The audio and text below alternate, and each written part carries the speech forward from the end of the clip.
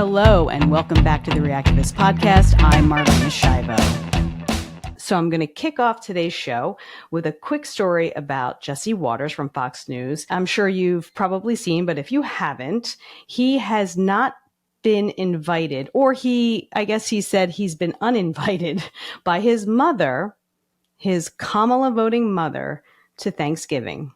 People are taking some space in the Watters household. I'll have you know that I was not invited to my mother's house for Thanksgiving.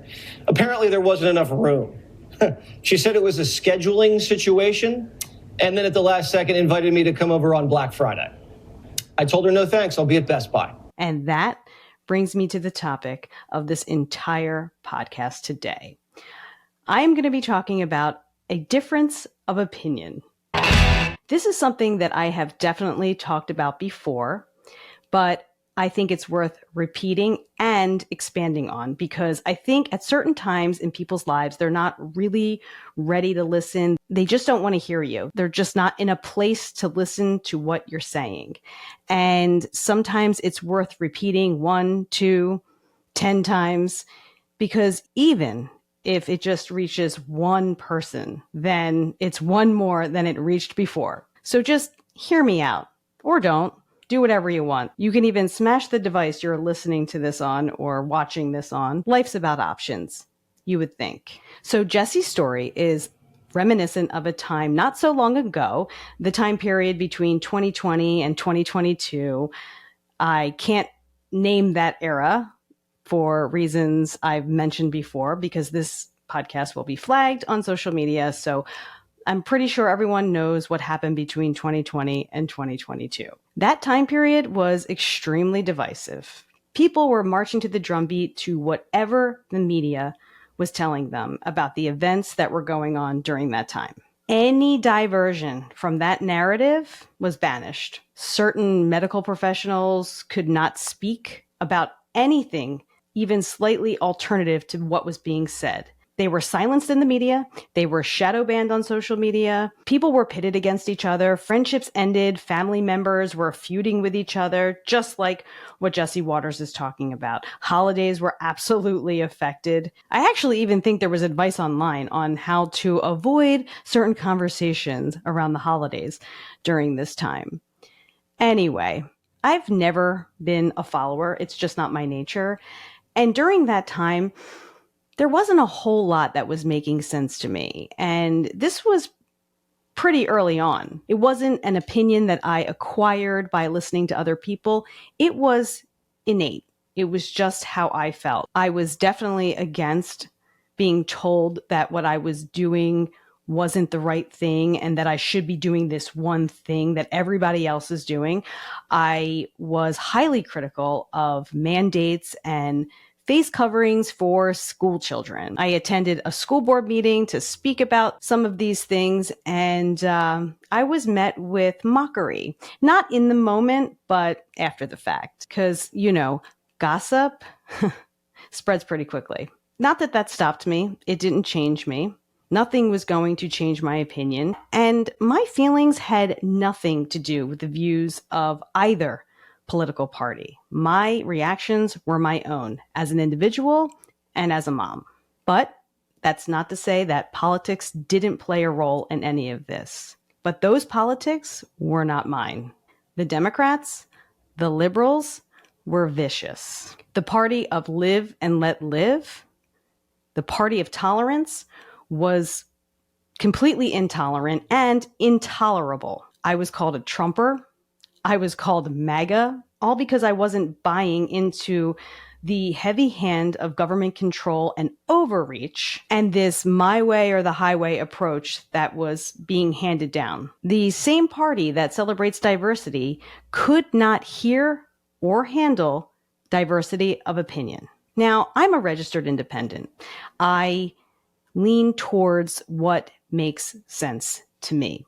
And even though I don't belong to the Democrats, I've always sort of felt like I was a liberal, mainly because of social issues. But during this time, that pack of wolves, definitely not my brand. They were hypocrites. That didn't necessarily make me MAGA either. And that was the thing. It was black or white. That's it. And this is the battle cry of all people who are centrists, right? You know, you can't be a little here, a little there. Everyone wants you to pick a side, pick a side. Well, both sides aren't 100% for me. And at this time, I could tell you for sure the Democrats were not speaking my language, because I am someone who accepts people for who they are. And I believe that people are allowed to think however they want to think. So in 2021, the Supreme Court in Texas handed down the ruling that there was going to be a 6-week ban on abortion. And people were up in arms. And by the way, I was one of those people. I am pro-choice, and I will always be pro-choice. However, the people who were shook by the Texas Supreme Court ruling, in many cases, these were the same people who were adamant and aggressive and angry if you did not, how can I say this, ingest a certain chemical compound that the White House was not only pushing for, but was penalizing people for not taking. So at that time in 2021, right after the ruling in Texas, I got on social media and I said, for everybody who is screaming about my body, my choice, why can't you apply the same sentiment for people like me who are standing up for themselves and standing up for choice? The backlash was beyond the tidal wave of hatred. I was told I was making a false equivalency. How? My body, my fucking choice. I think the American people believe that certain freedoms, in particular the freedom to make decisions about one's own body, should not be made by the government. And there you go, from your queen. No government should tell you what you should do with your body. Hypocrites. I was called disgusting. You know what I think is disgusting? A government who forced people out of jobs, who forced people to shut down businesses, and a government who weaponized our kids by calling them silent spreaders and offered public schools extended funding, and all the schools would have to do is extend the protocols. And the public schools complied, just so that, you know, they could get their emergency funds from the state to boost their school budgets, because that's all public schools want, right? They just want your money, they want your money, they want your money. And in this case, they wanted all that extra cash. They wanted the government's money, and they were getting it. All they had to do is tell the students to mask up. That's disgusting. I was also called an embarrassment to women. Do you know what I think is embarrassing? I think it's embarrassing when I see someone driving alone in their car wearing a mask. And that's probably the nicest word I can ascribe to that. So, funny enough, I worked at Fox News for a brief stint during my most liberal phase. I was in my 20s, and I pretty much knew nothing about everything. Well, I knew a few things, but I wouldn't exactly call them the most important things. And when it came to politics, it was all about social issues for me. I was basically someone who cared about women's rights, gay rights, and I definitely didn't think about taxes. If you said the phrase war on the middle class, it would have gone in one ear and out the other. I didn't think about gun legislation. I didn't think about the Middle East or pharmaceutical companies. I think my biggest concern during that time in my life was, can I get a workout in before happy hour? Come to think of it, that part hasn't changed. During that time, Dick Cheney was the vice president, and he was visiting Fox News. And I'm actually embarrassed to even say this next part, but he was walking through the newsroom, and most of the people in the newsroom stood up because he was the vice president. But not me. I stay seated, as if I was sending some bold message to the Republicans in Washington. That's like the libs of TikTok, who scream into the ether and think that anything that they're saying makes some sort of difference, or somehow what they're saying is going to reach the floor of Congress. It's nonsense. My boss at the time, she was great. I loved her.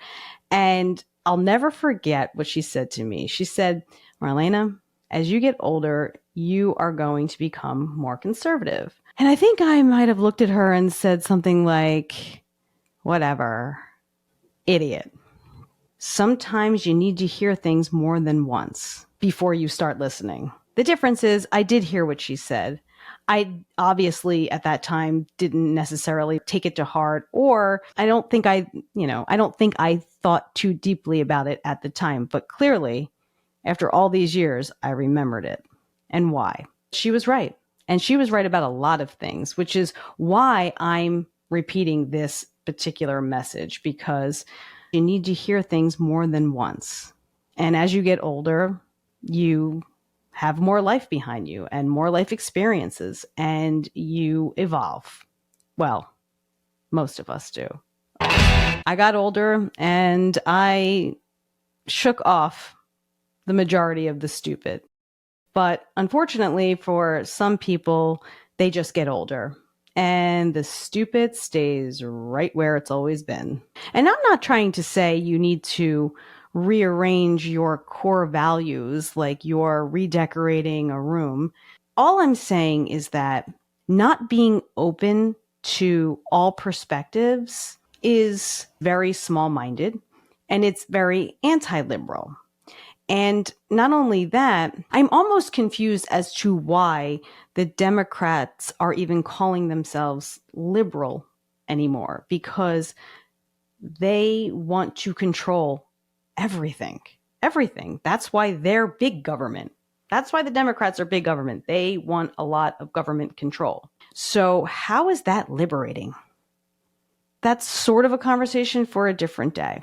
As it relates to now, it comes down to diversity. It comes down to how we are all different, and our life experience informs a lot of our decision making. And if you're going to be a Democrat and if you're going to call yourself a liberal, I really feel like it's time to start listening.